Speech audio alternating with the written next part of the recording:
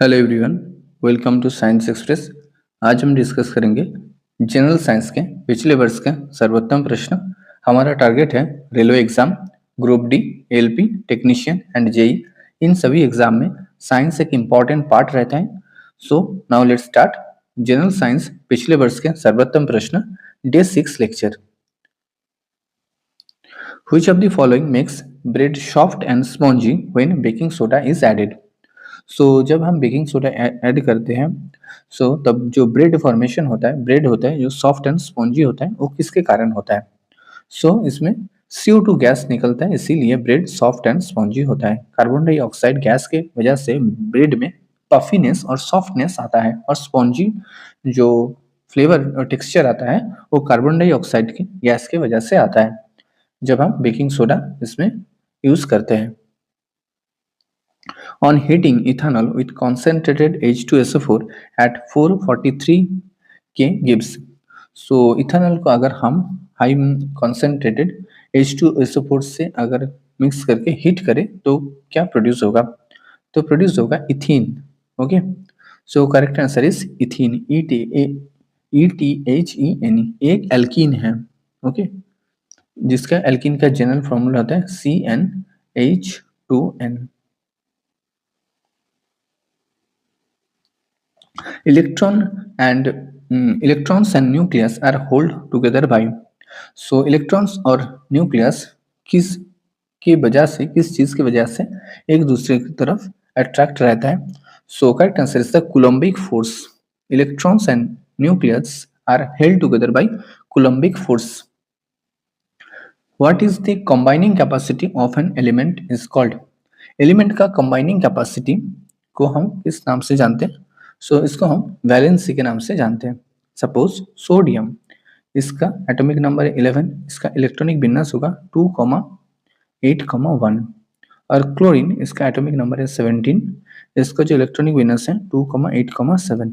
Okay, जो sodium का जो वैलेंसी होगा वो होगा 1, क्योंकि एक इलेक्ट्रॉन अगर ये छोड़ दें तो इसका ऑक्टेट फिल हो जाएगा, स्टेबल हो जाएगा, और क्लोरीन अगर इसको एक इलेक्ट्रॉन मिल जाए तो ये ऑक्टेट फिल कर लेगा। क्लोरीन का भी जो वैलेंसी होगा ये 1 होगा। वैलेंसी से हम क्या डिफाइन कर सकते हैं? Combining capacity of an element. Barium chloride on reacting with ammonium sulphate, from barium sulphate and ammonium chloride, which of the following is correctly represent the type of reaction involved? Barium chloride के साथ अगर हम ammonium sulphate का reaction कराएं तो barium sulphate और ammonium chloride produce होता है। यहाँ पर ये जो रिएक्शन है किस किस तरह का रिएक्शन है? इसको हम प्रेसिपिटेशन रिएक्शन कहेंगे। इसको हम प्रेसिपिटेशन रिएक्शन कहेंगे, और ये इसको हम और एक नाम है, इसको हम डबल डिस्प्लेसमेंट रिएक्शन के नाम से भी जानते हैं। What is the average atomic mass of an chlorine atom? Chlorine atom का average atomic mass of chlorine atom का एवरेज एटॉमिक मास कितना है? Correct answer is the 35.5 unit. Okay, what is the average atomic mass of chlorine atom? That is the 35.5 U। Rutherford's alpha particle scattering experiment was responsible for the discovery of।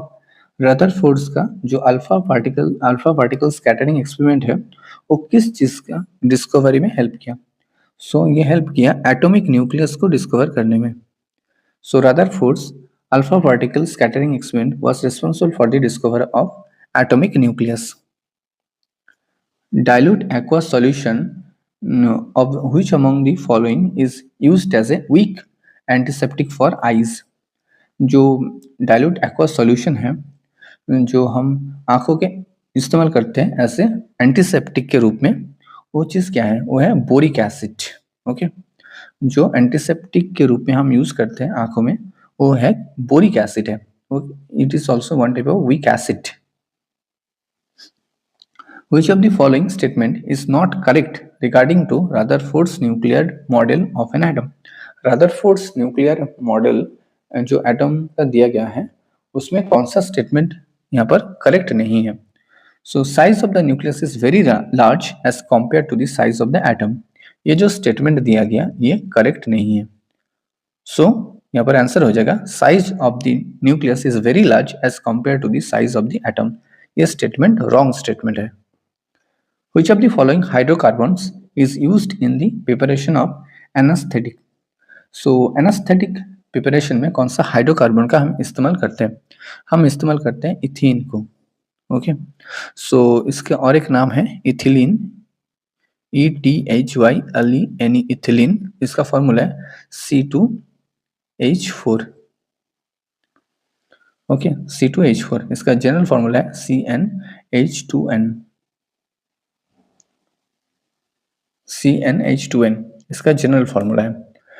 जो इथिन है इसका और भी uses है, जैसे manufacturing of synthetic fibres, artificial ripening of fruits में भी हम इथिलीन का इस्तेमाल करते हैं।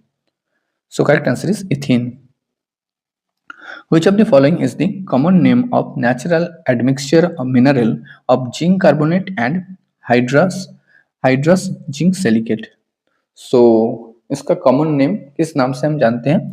Zinc carbonate and hydrous zinc silicate के मिक्सचर को, इसको हम कैलामाइन के नाम से जानते हैं। ओके, इसको हम कैलामाइन के नाम से जानते हैं। Calamine is a common name of natural admixture mineral of zinc carbonate and hydrous zinc silicate को। In a safety matches, the matchstick consists of a mixture of antimony trisulfide. Which other compound? So safety matches और match में क्या होते हैं? Antimony trisulphide के साथ साथ और कौन सा कंपाउंड रहता है? सो यहाँ पर रहता है पोटेशियम क्लोरेट। इसमें रहता है potassium chlorate. The secondary structure of protein include which of the following element? जो प्रोटीन का जो सेकेंडरी स्ट्रक्चर है, the secondary structure of protein include which of the following element?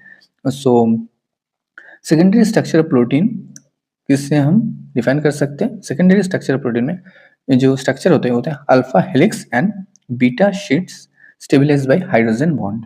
Okay, secondary structure of जो protein होता है उसमें alpha helix present रहता है एंड बीटा शीट्स प्रेजेंट होता है जो स्टेबलाइज्ड होते हैं हाइड्रोजन बॉन्ड से। Correct answer is option 2। Antacid substance used for the treatment of acidity in the stomach. So निम्नलिखित में से कौन सा एक एंटासिड सब्सटेंस है? So correct answer is the milk of magnesia.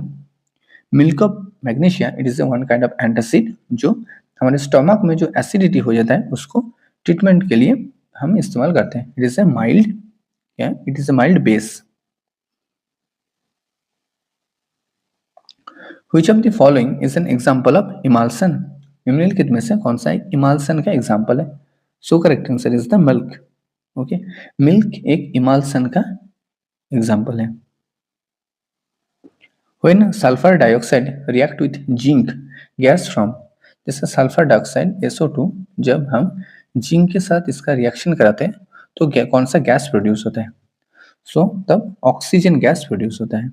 Okay, तब ऑक्सीजन गैस प्रोड्यूस होता है।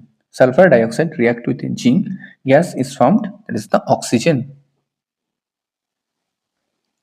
Which one of the following polymers is widely used for making bulletproof material? So bulletproof material बनाने के लिए कौन सा पॉलीमर हम इस्तेमाल करते हैं? So it is a पॉलीकार्बोनेट्स। पॉलीकार्बोनेट्स का हम इस्तेमाल करते हैं। सो widely used for making bullet proof material. Up to which element was the law of octave found to be applicable? So Newland scientist ने ऑक्टेव लॉ दिया था, वो कितने नंबर एलिमेंट तक ये जो एप्लीकेबल था? सो ये एप्लीकेबल था कैल्शियम, इसका एटॉमिक नंबर है 20। कैल्शियम तक ये एप्लीकेबल था, इसके आगे ये फॉलो नहीं हो रहा था। सो ऑक्टेव लॉ किसने दिया था? न्यूलैंड्स ने। Up to which element was the law of octave found to be applicable? So name of the element is the calcium. Up to calcium तक ये law of octave applicable था। Bohr model can explain, Bohr model को हम किस तरह से explain कर सकते हैं? So correct answer is spectrum of atom और ion containing one electron only. Spectrum of atom और ion containing one electron only, ऐसे हम बोर्स मॉडल को एक्सप्लेन कर सकते हैं। The hardness of water is expressed in terms of, water का जो हार्डनेस है उसको हम किस से मेजर कर सकते हैं, कौन से टर्म से हम एक्सप्रेस कर सकते हैं वाटर के हार्डनेस को, इसको हम ppm से एक्सप्लेन कर सकते हैं, ppm पार्ट्स पर मिलियन। ऐसे हम हार्डनेस ऑफ वाटर ppm से एक्सप्रेस कर सकते हैं। Which of the following elements occur freely in nature?